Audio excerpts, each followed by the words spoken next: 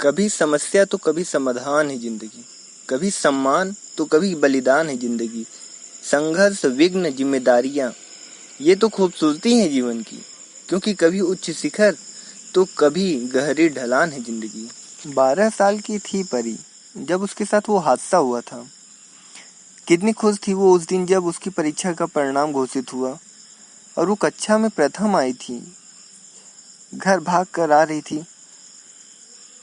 घर घुसते दादी ने कसकर अपने हाथ से चिपका लिया।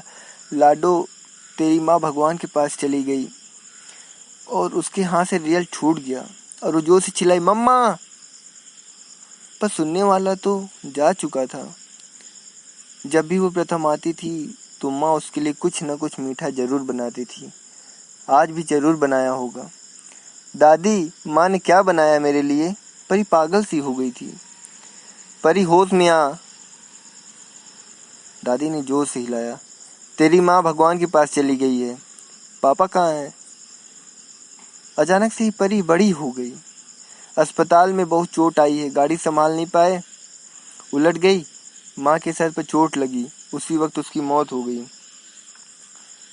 सब कुछ कितनी जल्दी हो गया था। सुबह तक तो सब ठीक था और कुछ ही समय बाद सब कुछ बिखर गया। मिताली के जाने के बाद सोहम बिल्कुल अकेला हो गया था।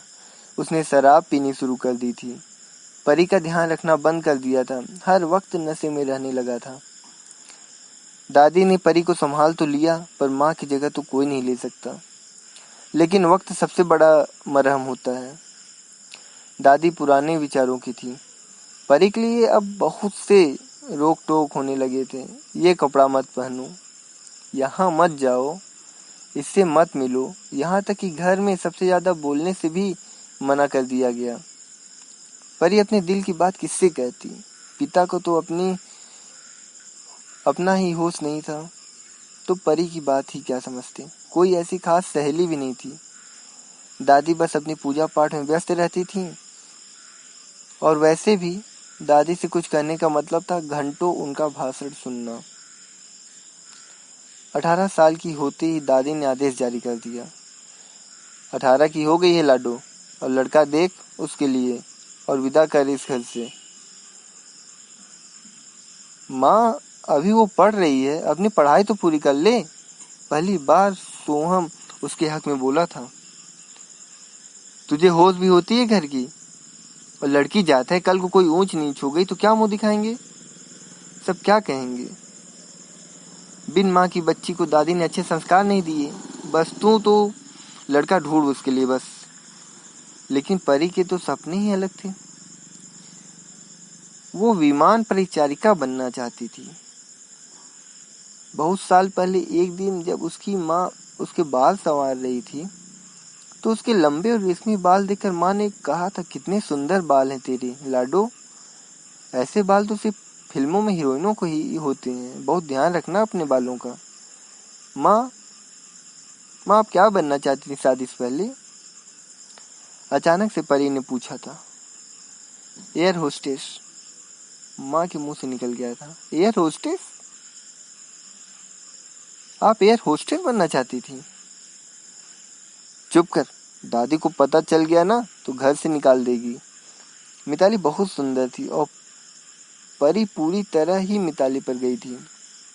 उस दिन से ही परी ने माँ के सपनों को अपना सपना मान लिया था। उसने सोच लिया था कि उसे एयर होस्टेस ही बनना है। कई बार वो इस बात का जिक्र अपनी माँ से कर भी चुकी थी और मिताली भी हमेशा उसे बढ़ावा ही देती थी। इसलिए जब उसकी शादी की बात चलने लगी तो वो विरोध करने लगी। दादी, मुझे आगे पढ़ना है, अभी शादी नहीं करनी है। एयर होस्टेस की बात तो वो अपने मुंह से नहीं बोल पा रही थी। उसे पता था कि जिस दिन दादी को पता चलेगा घर में तूफान आ जाएगा, इसलिए उसने पढ़ाई का बहाना बनाया। वो चाहती थी कि पहले उसे दाखिला मिल जाए, फिर वो घर में बात करेगी। दादी ने साफ कर दिया, पढ़ाई वढ़ाई तो तू भूल जा लाडो, अब तो सिर्फ तेरी शादी होगी। सारी उम्र आंख मूंद कर दादी की बात मानने वाली परी ने विरोध करना शुरू कर दिया था। नहीं दादी, मुझे अभी शादी नहीं करनी, मुझे पढ़ना है। दिल्ली में परी की एक दूर की बुआ रहती थी। उसकी बेटी परी की उम्र की ही थी। उसने कभी कभी परी से भी बात कर लिया करती थी। परी ने एयर होस्टेस के लिए फॉर्म भर दिया था।